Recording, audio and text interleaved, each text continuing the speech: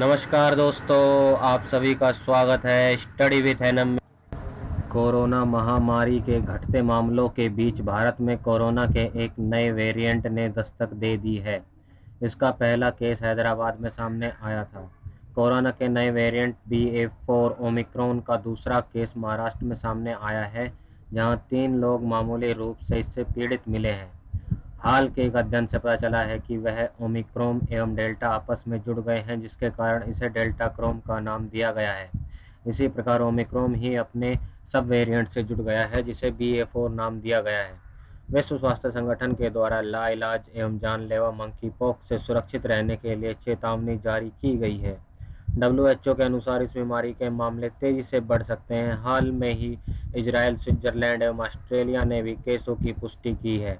यह बीमारी पहली बार 1958 में बंदरों में पाई गई थी।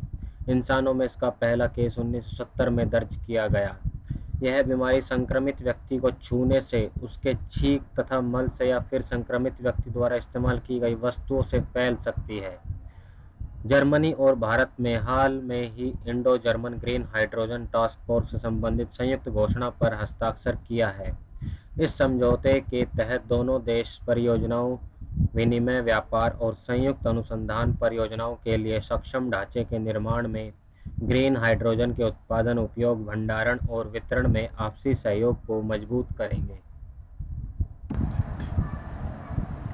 प्रधानमंत्री के हालिया डेनमार्क दौरे में भारत और डेनमार्क के बीच हरित हाइड्रोजन, नवीनीकरण ऊर्जा और अपशिष्ट जल प्रबंधन पर फोकस करने के लिए हरित रणनीति साझेदारी को मजबूत करने के लिए दोनों देशों के बीच सहमति बनी है।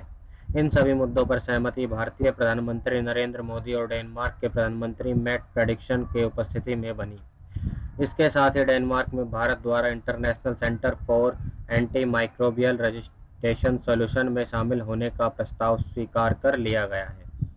नेपाल के पर्वतारोही कामी रीता शेरपा ने 26वीं बार माउंट एवरेस्ट पर चढ़कर एक नया विश्व कीर्तिमान स्थापित किया है। कामी रीता ने सर्वप्रथम 1994 में एवरेस्ट पर चढ़ाई की थी। महिलाओं से संबंधित आयुर्वेद प्रौद्योगिकी फेमटेक ब्रांड गायनोवेदा ने बॉलीवुड अभिनेत्री तापसी पन्नू को अपना ब्रांड एम्बेसडर बनाया है। 2021-22 में अमेरिका चीन को पीछे छोड़कर भारत का सबसे बड़ा व्यापारिक भागीदार बन गया है।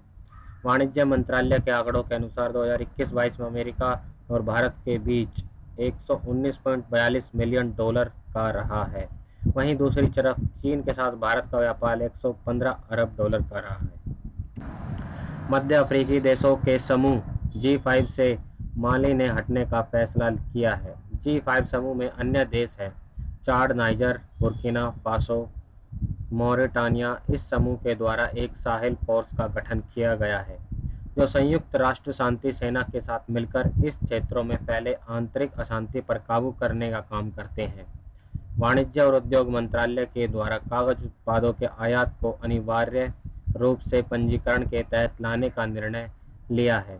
इसका उद्देश्य घरेलू कागज उद्योग को संरक्षित करना है। यह आदेश 1 अक्टूबर 2022 से प्रभावित हो जाएगा। इसके क्रियान्वयन के लिए एक इंटरफेस भी बनाया गया है। हाल ही में सुप्रीम कोर्ट के द्वारा सेक्स वर्कर्स को पेशे के रूप में मान्यता प्रदान की गई है। यह निर्णय 3 सदस्यों बेंच के द्वारा लिया गया, जिसका नेतृत्व जस्टिस एल नागेश्वर राव द्वारा किया गया। इस फैसले में संविधान के अनुच्छेद 142 का उपयोग सुप्रीम कोर्ट के द्वारा किया गया। सुप्रीम कोर्ट के द्वारा दिए गए निर्णय में कहा गया कि महिला कानून के तहत सम्मान और सुरक्षा के हकदार भी हैं। हिंदी साहित्यकार गीतांजलि जी को उनकी रचना हेतु रेत समाधि के लिए बुकर प्राइज से सम्मानित किया गया। हिंदी भाषा में किसी साहित्य को पहली बार बुकर प्राइज से सम्मानित किया गया है। इसके साथ ही यह रचना भारतीय भाषा की पहली पुस्तक बन गई है जिसमें अंतर्राष्ट्रीय बुकर सम्मान प्राप्त किया है। इस उपन्यास को अंग्रेजी में टॉम ऑफ सैंड के नाम से डेजी रॉकवेल ने अनुवादित किया है। आरोहण 4.0 की बैठक शिमला में आयोजित की गई। इस बैठक में देश में वित्तीय समावेश अभियान को सुदृढ़ करना और सभी नागरिकों को बैंकिंग समाधान प्रदान करने के लिए विभिन्न तरीकों पर चर्चा की गई। इसका आयोजन डाक विभाग और इंडिया पोस्टल पेमेंट बैंक के द्वारा किया गया था। भारतीय नौसेना तथा बांग्लादेश नौसेना के बीच द्विपक्षीय नौसैनिक अभ्यास बोंगो सागर का आयोजन बांग्लादेश के पोर्ट मोंगला में आयोजित किया गया। यह इस अभ्यास का तीसरा संस्करण था।